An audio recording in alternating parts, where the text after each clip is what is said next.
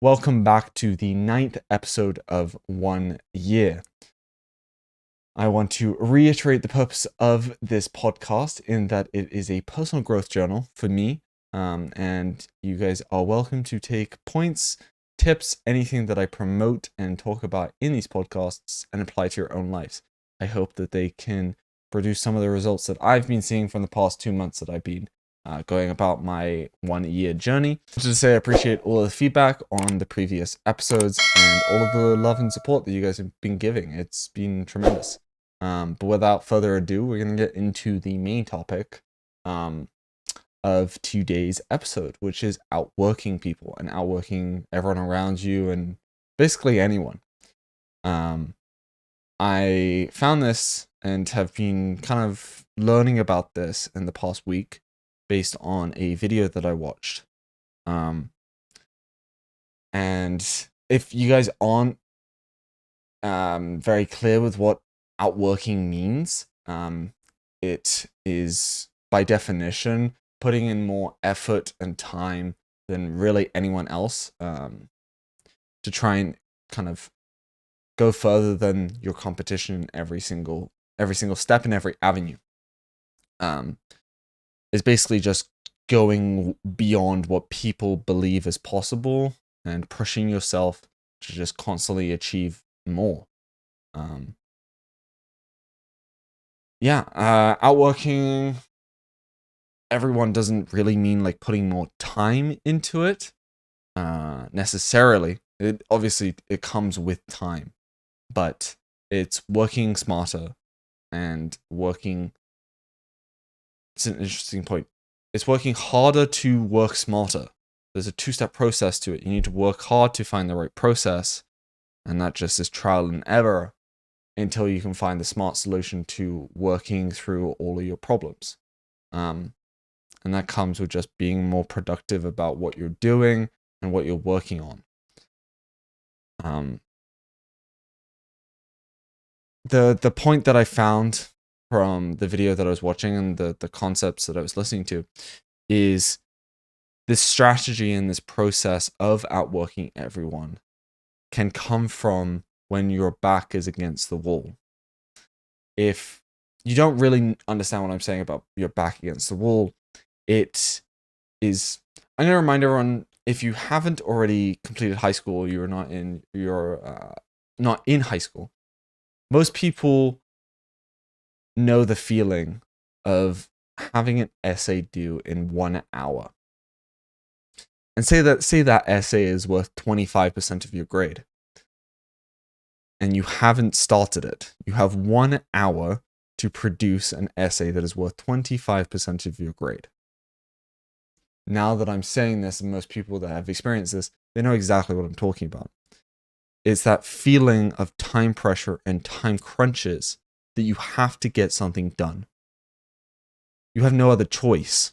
You have to get that essay done. So you enter a state of speed, focus, and just mental drive. Unlike anything else, really. There's other possible situations that could cause this mental drive.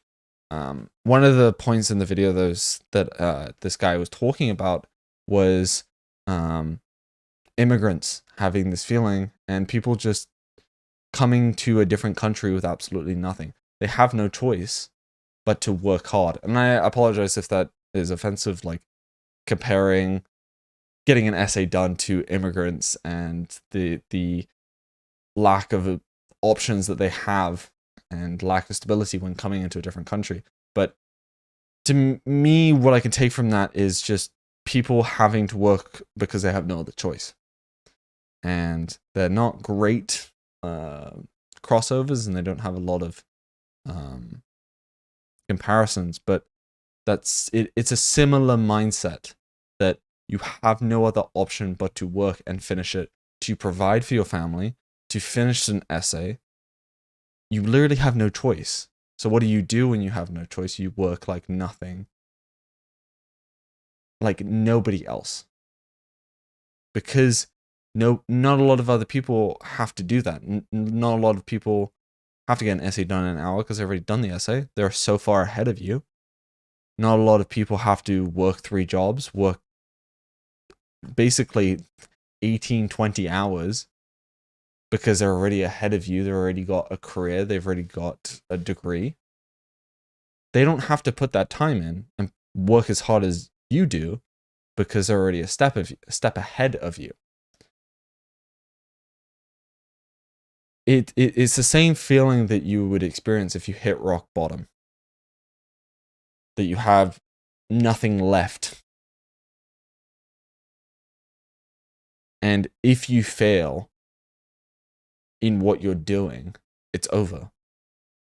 You have no other option.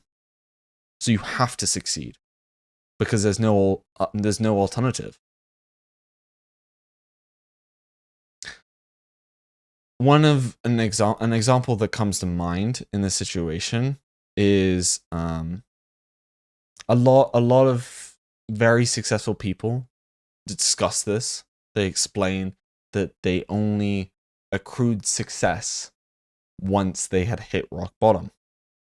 A very famous example is The Rock. And if you guys don't know, The Rock's production company that basically films every single movie that The Rock is in. So if that movie makes money, not only does he make money personally, but so does his business because his business is the one that produced the film. But his production company is referred to and is called Seven Buck Productions. The reason for this name is it is from the time when he only had $7 to his name. And I think that's very inspirational. It shows where he's come from and showed that despite the fact that his father had success in wrestling, he did not take his father's money. He didn't go forward with it. I'm not exactly sure. I'm not gonna say for like what his story is, but he had nothing, and from that, he produced the massive success that he is. The highest paid actor for what 2-3 years now. But I'm not saying that you have to hit rock bottom to experience and feel that drive or growth. I'm doing this and trying to produce this mental state by, as I said, having the belief that I'm behind. If I believe that everyone around me is 2 to 5 years ahead of me and has 2 to 5 years more experience than me, I'm playing catch up. I have no other option but to catch up. I have to get to where people are. And in that, I work tirelessly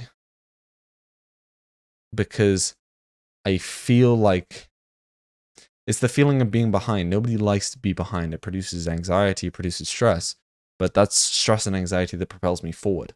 It's not pulling me back because I'm realizing, oh shit, if I don't catch up and don't work as 2-3 times as hard as everyone around me, I'm just going to be always behind.